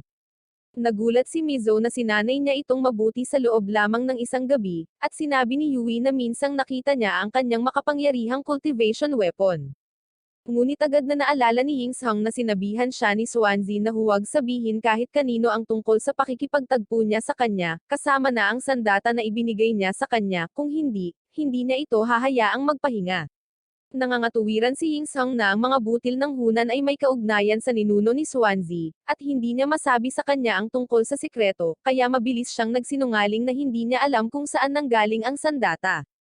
Pagkatapos ay tinanong ni Yui ang espiritu ng sandata para sa kanyang pangalan kung maaari nilang ipahiwatag ang sitwasyon ng kultibasyon na armas mula sa kanyang pagkakakilanlan, ngunit tumugon siya na wala siyang pangalan, na ikinagulat nila. Iminumungkahi ni Ying Song na bigyan nila siya ng isang pangalan, at si Yui, bilang isang tulale, ay gumagawa lamang ng isang katawa-tawa na pangalan tulad ng sa kanya. Ngunit nagmungkahi si Ying Song ng isa pang pangalan, ang pagtawag sa kanya ng Ling, na agad niyang tinanggap, dahil ito ang kanyang master, kahit na hindi niya ito gusto. Hindi nagtagal ay umalis si Yui upang ihanda ang hanay ng apoy ng Yang, na kailangan para sa pakikipaglaban sa kanyang master. Sinabi ni Mizo kay Ying Song na kailangan niyang ihinto ang pagiging mahina sa mga labanan, na ikinahihiya niya, ngunit pinatunayan din ito ni Ling, na sinasabi sa kanya na kailangan niyang pagbutihin ang kanyang antas ng paglilinang upang maiwasan ang panganib. Nakakatakot ang pakiramdam ni Ying Song na siya ay napakahina, ngunit sinabi sa kanya ni Ling na siya ay may mahusay na antas ng paglilinang ngunit walang kakayahan sa pakikipaglaban. Sinabi niya sa kanya na nag-aalala si Mizo tungkol sa kanya, at tumugon siya na ayaw niyang laging nagtatago sa likod ng mga babae. Kaya dinala siya ni Leng sa ibang kaharian upang tulungan siya sa kanyang paglilinang. Samantala, pinagmamasdan sila ni Mizo mula sa malayo, umaasang tuturuan siya ni Leng ng paraan ng pagtakas dahil maaaring walang pagkakataong manalo kapag nakikipaglaban sila sa master ni Yui. Ipinakita ni Leng kay Ying Song ang mundo sa loob ng Hunan Beads, at naaliw siya sa tanawin, nagtataka kung gaano kalaki ang espasyo sa loob ng maliliit na beads na iyon. Sinabi niya sa kanya na mayroong hindi mabilang na mga mahimalang espiritu ng sandata at mga sandata sa mundo ng paglilinang, at higit pang ipinahayag na siya ay dating isang matalinong espiritu ng sandata, na ginawa ng kanyang orihinal na amo sa pamamagitan ng paggamit ng 10 uri ng natatanging kayamanan, at inilagay sa malamig na kaharian na may 10 taong halaga ng purong espiritong enerhiya. Natuwa si Ying Song at sinabi sa kanya na dapat ay napakalakas niya, ngunit ginawa niya ang pabor sa kanya na paalalahanan siya na ang dami ng kapangyarihan na may lalabas niya ay depende sa antas ng cultivation ng kanyang master, na sa madaling salita ay nangangahulugan na ang mahinang sarili nito ay nililimitahan ang kanyang kapangyarihan. Sinabi ni Ying Song sa kanya na dahil mataas ang antas ng cultivation niya, dapat may ilang paraan kung saan maaalis niya ang core formation monster. Sumasang-ayon siya na mayroon talagang isang paraan upang maalis ang halimaw, ngunit kung iyon ay gagamitin, hindi na niya ito makikitang muli, na ikinagulat niya nang agad itong nagtanong kung ito ay nangangailangan ng pag-aalay sa kanya bilang isang sakripisyo, at sinasabi niya sa kanya na oo. Sinabi pa niya sa kanya na kung siya ay mag-utos or makikipagsesyon sa kanya, ito ay magti-trigger ng isang kusang pagsabog at magdudulot ng daan-daang milya ng pagsabog. Agad siyang tumutol dito, na sinasabi sa kanya na hindi siya papayag na gamitin siya sa ganoong paraan. Gayunpaman, sinabi ni Ying Song sa kanya na nalilito pa rin siya kung bakit mahina pa rin siya kahit na mas marami siyang espiritong enerhiya kaysa kay Mizo, at ipinaliwanag niya na ang lakas ng isang cultivator ay nagmumula sa esensya ng langit at lupa na nagiging espirito ng enerhiya sa pamamagitan ng pag-ikot ng governor at conception vessels. Sinabi ni Leng sa kanya na ang kanyang espiritong enerhiya ay nagmula sa iba at hindi mula sa kanyang sariling paglilinang, kaya siya ay kulang sa pag-unawa kung paano gamitin ang espiritu ng enerhiya, na nangangahulugan na siya ay may espiritong enerhiya na hindi niya alam kung paano gamitin. Nagulat siya dito at nagtanong kung paano niya nagagamit ang kanyang kasalukuyang enerhiya ng espiritu. Sumagot si Leng na mayroon siyang solusyon at agad siyang pumunta sa likuran niya upang hilahin ang plot armor na ito, na nagiiwan sa kanya na nagtataka kung ano ang ginagawa niya habang tinatanong niya kung hindi ito ang parehong bagay na sinabi niya na may kakayahang mag-trigger ng kusang pagpapasabog. Siya ay natakot at sumisigaw, sinusubukang pigilan ang anumang karagdagang pag-unlad, ngunit nagtataka si Leng kung ano ang ginagawa niya, na ikinahihiya niya habang napagtanto na siya ay may maruming pag-iisip. Sinabi ni Leng sa kanya na umupo at ipikit ang kanyang mga mata upang magabayan niya ang enerhiya ng espiritu para sa kanya. Hindi nagtagal ay sinimulan niyang hawakan ang katawan nito na ikinahihiya niya. Gayunpaman, sinabi ni Leng sa kanya na mag-focus, at pagkatapos ay nagsimula siyang gabayan ang enerhiya ng espiritu sa loob ng kanyang katawan. Pagkaraan ng ilang sandali, kinokontrol niya ang kanyang espiritong enerhiya at nagulat na magagawa niya ito. Sinabi sa kanya ni Leng na mabilis ang kanyang cultivation speed, kaya nagagamit niya ang kanyang spirit energy ng may kasanayan sa 5 hanggang 10 na cultivation, na ikinagulat niya. Sinabi ni Ying Song sa kanya na putulin ang paligoy-ligoy dahil darating ang isang malaking labanan, at wala siyang gaanong oras upang linangin. Sinabi ni Leng sa kanya na may isa pang paraan at ipinahayag na kakailanganin niyang gamitin ang kanyang espiritong enerhiya upang makatulong, na magbibigay daan sa kanya na malayang gamitin ang kanyang espiritong enerhiya. Gayunpaman, idinagdag niya na ang proseso ay napakasakit ngunit sinabi sa kanya ni Ying Song na ipagpatuloy pa rin ito. Sa lalong madaling panahon ay sinimulan niyang isalin ang kanyang espiritong enerhiya sa kanyang katawan, na agad na nagdulot ng matinding sakit, ngunit tinitiis niya iyon, sa pag-aakalang wala lang iyon kumpara sa sakit at pagkabigla na naramdaman ni Yui at Mizo sa nakaraan. Ang sakit ay nagiging napakalaki, ngunit ang proseso ng paglilipat ng enerhiya ng espiritu sa lalong madaling panahon ay nagiging kumpleto. Gayunpaman, habang sila ay nakatayo, isang punong espiritu na nakabantay sa kanila ang biglang sumalakay. Sinubukan ni Ying Song na harangin ang pag-atake nito ngunit hindi sinasadyang nasira ito sa pamamagitan ng isang malakas na putok mula sa kanyang kamay, na ikinagulat niya. Sinabi sa kanya ni Leng na magagamit niya ang paglilipat ng enerhiya ng espiritu, ngunit ginamit lang niya ang mababang antas ng sining na nakuha na niya. Nang marinig niya ito, mabilis niyang ipinakita ang kanyang bagong kakayahan sa pagkontrol at binabati siya nito dahil alam na niya ngayon kung paano gumamit ng spirit energy.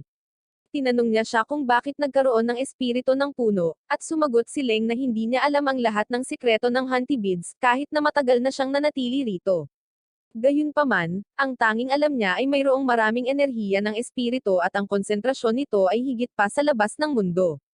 Pagkatapos, dinala sila ni Mizo sa isang covered cultivation shop ngunit nagulat si Leng na may mga ganitong tindahan pa rin. May nakita siya tungkol sa mga produktong pang-adulto at nagtanong kung ano ang ibig sabihin nito, at mapanlin lang na ipinaliwanag ni Ying Song na ang mga ito ay mga mahiwagang bagay or kayamanan na ginagamit ng mga elder cultivator. Tumungo sila sa tindahan at tinanggap ng ilang mga tao na sinusubukang aliwin sila, ngunit nauwi lamang sa pagiging katawa-tawa. Nagalit si Mizo at sinira ang kanilang laptop na ikinagulat nila nang mapagtanto nila na siya ay isang cultivator. Ang babaeng receptionist, gayunpaman, ay binabati siya para sa matagumpay na pag-clear ng ilang utang sa pamamagitan ng pagsira sa isang MacBook. Ginagawa ni Mizo ang ilang malupit na galaw habang ibinabato niya ang kanyang VIP ATM card sa kanila, na sinasabi sa kanila na ilagay ito sa kanyang account. Nagulat ang dalawang hindi kaakit-akit na receptionist nang mapagtanto na ito ay isang Nub Cobalt, isang Luff Golden Diamond Card of the Night VIP, at agad nilang napagpasyahan na isama siya upang makilala ang kanilang boss. Sinusubukan din ni Ying Song at Leng na sumama sa kanya, ngunit pinigilan nila sila dahil hindi nila pinapayagan ang mga mahihirap sa loob. Binigyan ni Mizo si Ying Song ng isang pitaka na puno ng mababang antas ng mga spirit stone, at sinabihan silang tumingin sa paligid habang wala siya. Sinabi ni Leng kay Ying Song na ang mababang antas ng espiritong bato ay ang pera ng mundo ng paglilinang, at natutuwa siya dito. Gayunpaman, napagtanto ng babaeng receptionist na siya ay isang mapanlinlang na tulali at nagpasyang samahan siya. Iminungkahi niya na tingnan nila ang mahiwagang kayamanan ng tindahan, at agad na sumang-ayon si Ying Song, sinabing kailangan niya talaga ng angkop na sandata. Dinala sila ng ginang sa tindahan at ipinakita sa kanila ang ilang mga produkto, ngunit hindi niya kayang bilhin ang mga ito, dahil mayroon lamang siyang 50 mababang antas na mga spirit stone. Sinabi sa kanya ng receptionist na kahit na maaari siyang mag-alok ng ilang diskwento, ang pinakamababang presyo sa tindahan ay 300 spirit stones pa rin. Siya ay nasaroon ng loob at sinabing mas gugustuhin niyang itago ang mga espiritong bato sa kanyang sarili at hindi gugulin ang mga ito. Samantala, ang receptionist na ayaw silang pabolaikan na may dalang mga spirit stone, ay nagsabi sa kanya na maaari pa rin nilang bigyan siya ng ilang pagkakataon na makakuha ng mga bagay na may mataas na halaga. Nakuha ang kanyang atensyon, iminumungkahi niya na maglaro sila ng isang laro sa pagsusugal upang maaari siyang manalo ng mahahalagang mahiwagang kayamanan, or mga napakahalaga sa kaunting halaga lamang. Tinanong ni Ying Song si Leng kung maaari siyang sumali, at pumayag siya, kaya agad niyang sinundan ang receptionist upang tingnan ang mga kayamanan. Samantala, tiningnan ng boss ng shop ang VIP card ni Mizo at nagulat na ito ay ang tunay. Sinabi niya kay Mizo na sa nakalipas na 100 taon, walang pamilya maliban sa Lea family ang nabigyan ng ganoong card. Ipinakilala ng amo ang kanyang sarili bilang si Mei, ang pinuno ng sangay, at sinabi sa kanya ni Mizo na gusto niya ang pinakamahalagang bagay sa tindahan. Sinabi niya sa kanya na ito ay sa kondisyon na kailangan niyang kunin ang card mula sa kanya. Pumayag si Mizo, at pumasok siya sa loob para kunin ang item. Gayunpaman, sa kanyang paglalakbay, ang lalaking receptionist ay nagtataka kung ito ang pinakamahusay na desisyon, at sinabi sa kanya ni Mavi na ang item ay hindi nakapaki-pakinabang, dahil maaari lamang nitong ipagtanggol ang isang gumagamit sa ilalim ng isang mapanganib na daloy kapag tinamaan ng isang mas mababang antas kaysa sa nasal soul. Sa parehong oras, ipinakita ng babaeng receptionist kina Ying Song at Leng ang iba't ibang nakatagong mahahalagang kayamanan na nakatatak sa mga kahon. Sinabi sa kanya ni Leng na maaari niyang subukan, dahil hindi magiging problema para sa kanya ang paglagpas sa mga seal, at nangako siyang tutulungan siyang pumili ng pinakamahusay na mahiwagang kayamanan. Si Ying Song ay nasa sabik at naglibot upang tingnan kung alin ang pipiliin. Pagkatapos ay hiningi niya ang kanyang opinyon, at pumili siya ng isa gamit lamang ang isang ordinaryong kahon. Sa pagbukas nito, natuklasan nila na isa lamang itong kalaawang na dagger na pinangalan ng Soul of the Dragon Blood na kapanapanabik sa babaeng receptionist, na sa tingin nila ay medyo malas sila. Sinubukan ni Ying Song ang paggamit nito, umaasang ilalabas ang tunay na kapangyarihan nito, ngunit nabigo siya dahil napagtanto niyang dagger lang ito. Pagkaalis nila, pumunta ang receptionist sa kanyang amo para sabihin sa kanya ang tungkol sa kinikita niya. Pinupuri siya ni Mavi at tinanong kung ano ang nasa kahon, na sinagot niya na ito ay isang punyal na tinatawag na Soul of Dragon Blood. Nang marinig ito, nagulat si Mavi, na inihayag na nawalan sila ng isang napakahalagang bagay. Pagkatapos nagulat si Yui sa kanyang master, at tinanong niya ito tungkol sa pag-unlad ng misyon na ibinigay niya sa kanya. Ngunit sinabi niya sa kanya na nabigo siya. Gayunpaman, hindi siya nalinlang sa kanyang harapan at sinabi sa kanya na alam na niya na nakipagsabwatan siya sa 2 cultivator upang magplanong tapusin siya. Tinanggihan ito ni Yui, ngunit sinabi niya sa kanya na ang lahat ay nasa ilalim ng kanyang obserbasyon, na inihayag na siya ang tiyuhin na naglilinis sa paaralan, na ikinagulat niya. Inakusahan niya siya ng panloloko, at sinabi niya sa kanya na maginhawa niyang kinonsumo ang ilang estudyante sa ganoong paraan at nalaman niya ang kanilang pakana laban sa kanya sa proseso. Bigla siyang nagpakawalan ng pag-atake, ngunit nagawa niyang iwasan ito at nagsimulang tumakas habang hinahabol siya nito. Samantala, tinaasa ni Ying Song at ng dalawa pa ang kanyang bagong sandata, at sinabi sa kanya ni Leng na isa itong selyadong spirit weapon na may totoong dragon soul. Ipinaliwanag pa niya na balitang-balita na tinapos ng isang senior cultivator ang isang pulang dragon, na nagdadala ng sakuna sa mundo, at tinatakan niya ang kaluluwa nito sa punyal. Idinagdag niya na ang red dragon blood sa dagger ay lubhang nakakasira. Nagulat sina Ying Song at Mizo na alam niya ang kasaysayan ng punyal, at sinabi niya sa kanila na matagal na siyang umiral sa mundo, kaya narinig niya ito noon pa. Pagkatapos ay ibinunyag niya na si Swansea talaga ang tumalo sa dragon, na ikinatuwa ni Ying Song na nakakuha siya ng mahalagang punyal. Nagtataka siya kung ano ang mangyayari kung pakakawalan niya ang tunay na dragon para kagatin ang core formation, ngunit sinabi sa kanya ni Leng na ang tunay na dragon ay isang demonyong hayop na masungit sa mga tao at maaaring magdulot ng higit pang gulo kung pakawalin. Idinagdag din niya na hindi niya alam kung paano pakawalin ang dragon. Nangangatuwiran si Mizo na ginagawa nitong walang silbi ang sandata, ngunit sinabi ni Leng na hindi, dahil magkakaroon ito ng pamamaraan sa paggamit nito dahil isa itong mahiwagang kayamanan. Pagkatapos ay iminumungkahi niya na subukan ni Ying Song na ilagay dito ang enerhiya ng espiritu upang makita kung ano ang mangyayari. Sinubukan niya ito kaagad, at nakakagulat na naklone ang kanyang sarili sa tatlo sa pamamagitan ng pamamaraan na tinatawag na body separation. Si Mizo, malinaw na isang negatibo na hindi nakikita ang kabutihan sa anumang bagay, ay nag-iisip na ito ay basura, ngunit itinoon ni Leng ang kanilang pansin sa katotohanan na hindi niya matukoy kung alin sa mga katawan ang totoo, kahit na siya ay may mahusay na cultivation base na kinatuwa ni Ying Song.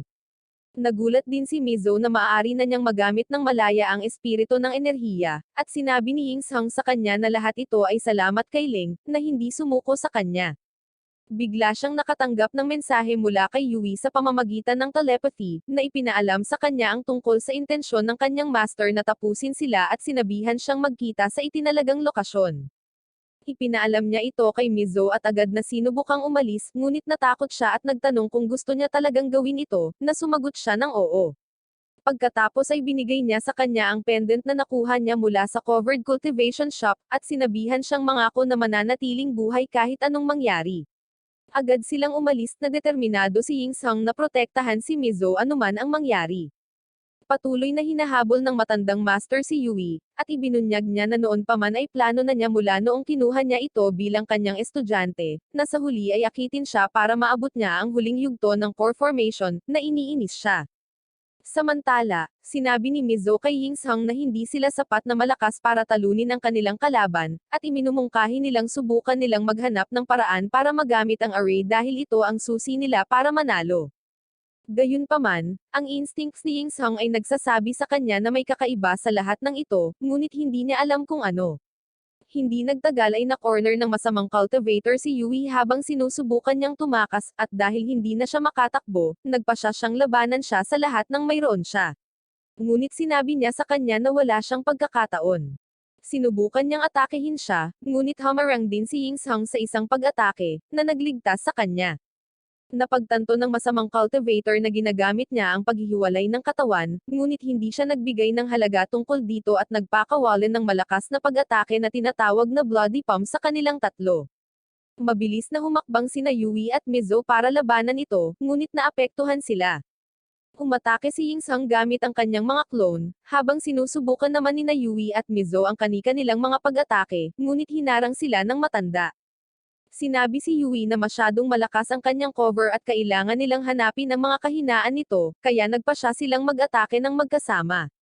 Ngunit ang matandang cultivator ay tumatagal ng kanyang oras upang tamasahin ang kanilang mga walang kabuluhang pag-atake, na sinasabi sa kanila na wala silang alam tungkol sa kapangyarihan ng core formation. Hindi nagtagal ay naitaboy niya sila, at naisip ni Ying Song na gamitin ang tunay na dugo ng dragon sa punyal. Sinugod niya ito ng suntok, ngunit sa pagkakataong magtama ang isa't isa, mabilis niyang ipinatawag ang punyal at nabasag ang kanyang takip, na nagdulot ng kaunting pinsala sa kanyang katawan. Nagulat ang old cultivator na maaari siyang masaktan sa core formation stage at nagtataka kung anong dagger ang hawak ni Yingsung. Siya ay mabilis na sumugod sa kanya, hinawakan ang kanyang leeg, at pagkatapos ay nagsimulang sumipsip ng kanyang espiritong enerhiya. Gayunpaman, biglang nawala si Yingsung, at ang kanyang replika ay nagpapakita na umatake sa kanya, na nagpaunawa sa matanda na may hawak siyang clone. Gayunpaman, hindi niya alam na isa rin itong feature ng Dragon Blood, na nagbibigay daan sa gumagamit na ilipat ang kanyang kaluluwa sa pagitan ng mga katawan, na nangangahulugan na makakatakas siya mula sa panganib sa pamamagitan ng paglipat sa ibang katawan. Biglang inactivate ng matanda ang kanyang ultimate technique, ang Fiend Art, at sinimulan silang ailapit sa kanyang sarili, sinisipsip din ang kanilang dugo at espiritong enerhiya. Samantala, agad na pinatawag ni Yingsung si Ling, na agad namang kinontra nito, at iniligtas sila. Pagkatapos ay gumawa siya ng harang at sinabihan si Yingsung na maaari lang siyang pigilan ng 2 oras. Nahihirapan ang matanda na tukuyin ang kanyang cultivation base, ngunit napagtanto niyang isa lamang itong banta, kaya muli siyang nagpakawalan ng pag-atake, na nabasag ang hadlang. Gayunpaman, pinalakas ni Leng ang hadlang, na ikinabigla ng matandang lalaki na nalilito, ngunit ang hadlang ay nagsimulang lumiit, na napanabak ang matanda, na agad na naghahanda sa pag-atake muli. Nagsimula siyang maghagis ng maraming pag-atake sa barrier, at nagtataka kung bakit hindi siya inatake ni Leng kahit na may mataas na antas ng cultivation base nito. Kaya napagpasyahan niya na siya ay isang espiritu ng sandata or isang bagay, kaya hindi siya maaaring umatake. Nagulat si Yui na alam niya ito, at sinabi sa kanyang mga kaibigan na kailangan nilang makatakas ng mabilis habang pinipigilan siya ni Leng. Agad silang tumakas patungo sa kagubatan upang bumuo ng hanay na kinakailangan upang bitagin ang matandang cultivator, at pagkatapos noon, hinihigop ni Yingsung si Leng pabalik sa kanyang katawan. Pagkaraan ng ilang sandali, sinalubong sila ng matanda at nagulat sila na hindi na sila nakatakas. Sumugod siya patungo sa kanila, at si Yui ay agad na nagsimulang mag-spell upang i-activate ang array trap. Nahulog ang matanda sa bitag at nagsimulang magpumiglas, kaya mabilis siyang inatake ni Yingsung at Mizo. Pinakawalan din ni Yui ang kanyang pag-atake, ngunit laking gulat nila nang biglang nabawi ng matanda ang kanyang kapangyarihan at pinasabog sila. Nagtanong si Yui kung bakit walang epekto sa kanya ang array, at pinaghihinalaan niya na dapat ay lihim niyang nabasa ang tungkol dito sa kanyang Fiend Art book. Pagkatapos ay ibinunyag ng matanda na ang lahat ng mga kahinaan ng kanyang Fiend Art na naitala sa libro ay peke, at isinulat lamang para linlanggan siya sa paggamit ng array para pagbutihin ang kapangyarihan ng kanyang Fiend Art para madali niya itong makuha, at makuha ang kanilang spirit energy.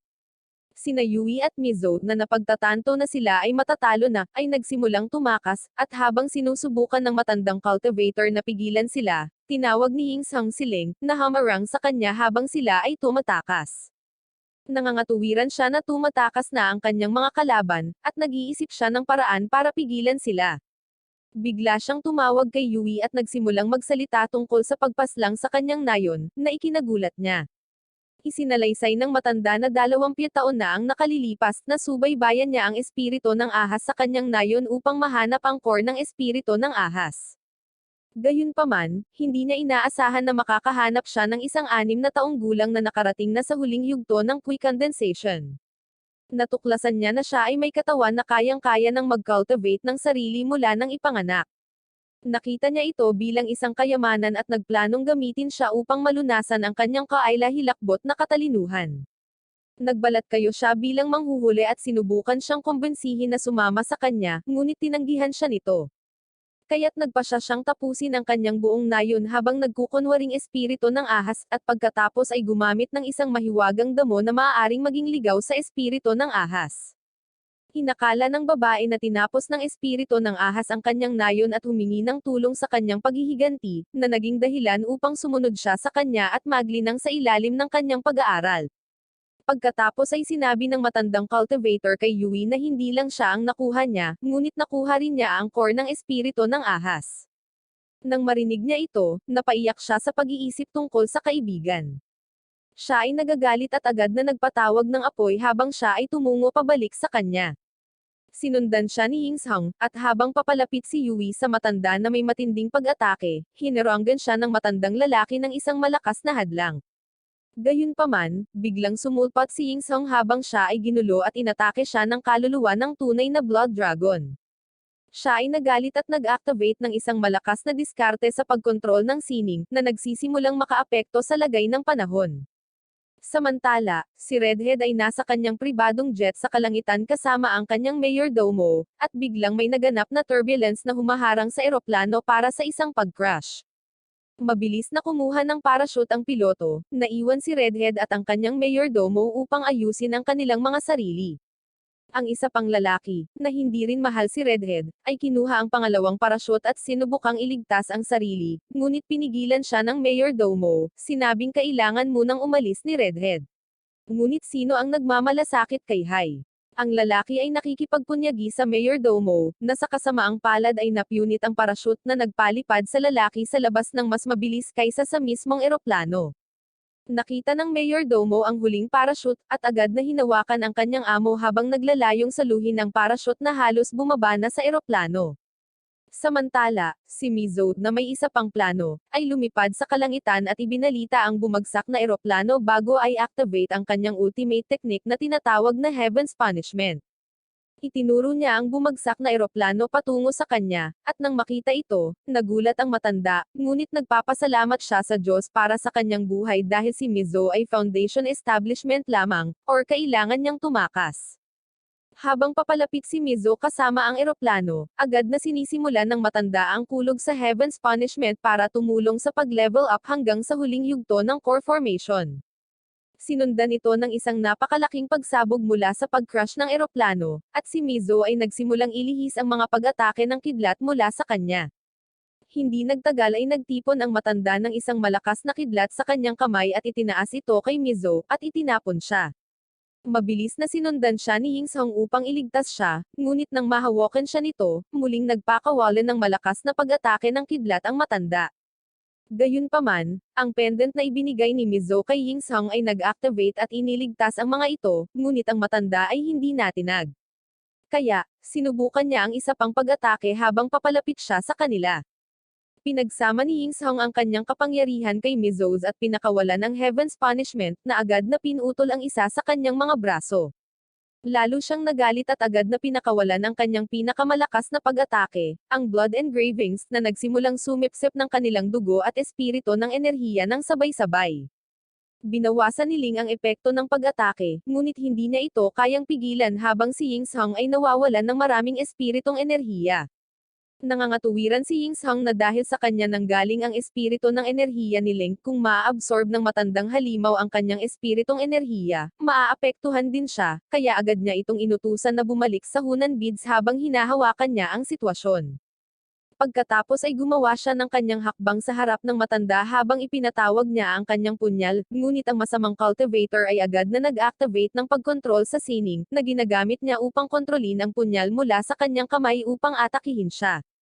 Napagtanto ni Ying Song na nag-aapoy ang kanyang dugo at naalala niya na ang tunay na Dragon Knife Blood ay maaaring mag-corrode ng dugo. Ang matandang lalaki ay patuloy na sumisipsip ng kanilang espiritu at dugo, at biglang hinayla si Mizo sa kanyang kamay. Hindi nagtagal ay nawalan siya ng malay, na nawalan ng sobrang lakas ng espiritu. Nang makita ito, sinusugod siya ni Ying Song ng isang pag-atake, ngunit ang matandang lalaki ay nagpakita sa kanyang lugar. Samantala, nag-hallucinate si Yui tungkol sa snake spirit at sinisi niya ang sarili dahil hindi siya makapaghiganti gaya ng gusto niya. Nakita ni Ying Song si Mizo na nakahandusay na walang malay sa lupa, kaya agad niyang hinablot muli ang punyal at biglang nag-transform, naabot na ang rurok ng kanyang galit. Sinugatan niya ang kanyang mga braso gamit ang isang punyal at inihagis ang punyal sa hangin, na sinasabi sa matanda na ay absorb ang kanyang dugo sa lahat ng gusto niya. Gayunpaman, ang kanyang dugo ay dumadaan sa punyal, na nagdulot ng corroded na dugo, na ngayon ay sinisipsip ng matandang halimaw sa kanyang katawan nang hindi namamalayan. Agad niyang naramdaman ang pag-aapoy sa loob niya, at ang kanyang mukha ay nagsimulang masira, na ikinagulat niya.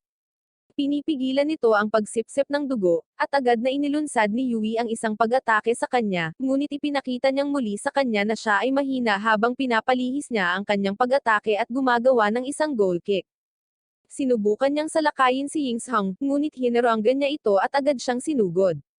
Gayunpaman, ang katawan ng matanda ay halos naagnas, kaya mabilis niyang na-activate ang earthbending at nagpaulan ng ilang pag-atake kay Yingzhong, ngunit nalagpasan ang mga ito. Pagkatapos ay sinugod niya ito ng buong bilis at tinusok ang punyal sa pamamagitan niya. Ang matanda ay nagsimulang masunog, at idineklara niya na ang kanyang kapwa senior apprentice ay maghihiganti sa kanya habang siya ay nasasawi. Ibinigay niya sa kanya ang isang sumpa na siya ay mabubuhay sa hindi masusukat na takot, ngunit naniniwala si Yingzhong na siya ay nagtatakip lamang. Natutuwa si Yui na sa wakas ay naipaghiganti na niya ang kanyang kaibigan at pamilya. Naglakad si Yingzhong papunta sa katawan ni Mizo at tinawag ang isang hindi kilalang elder, na nagulat nang mapagtantong napansin niya siya. Sinabi niya sa elder na naramdaman na niya ang presensyang nanonood mula nang pumasok si Mizo sa dagat ng kanyang kamalayan, at nakipag-ugnayan sa mga butil ng hunan. Nagtataka ang elder kung bakit pinili niyang tawagan siya ngayon, at tumugon siya na gusto niyang tulungan niya itong iligtas si Mizo.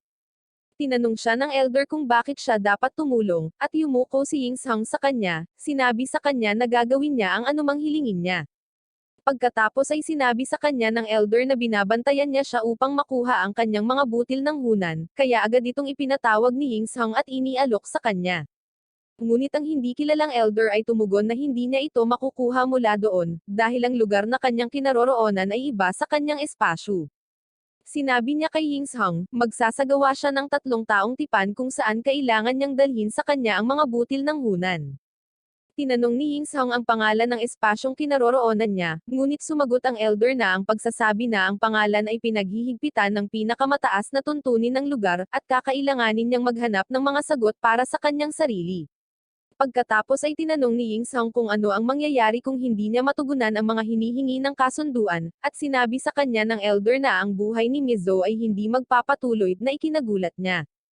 Kasunod nito, pagkatapos gumaling si Mizo, dinala niya siya sa hardin kung saan madalas niyang kasama ang kanyang ina, at doon, ipinangako niya na paprotektahan siya at pipigilan ang anumang kakilakilabot na mangyari sa kanya.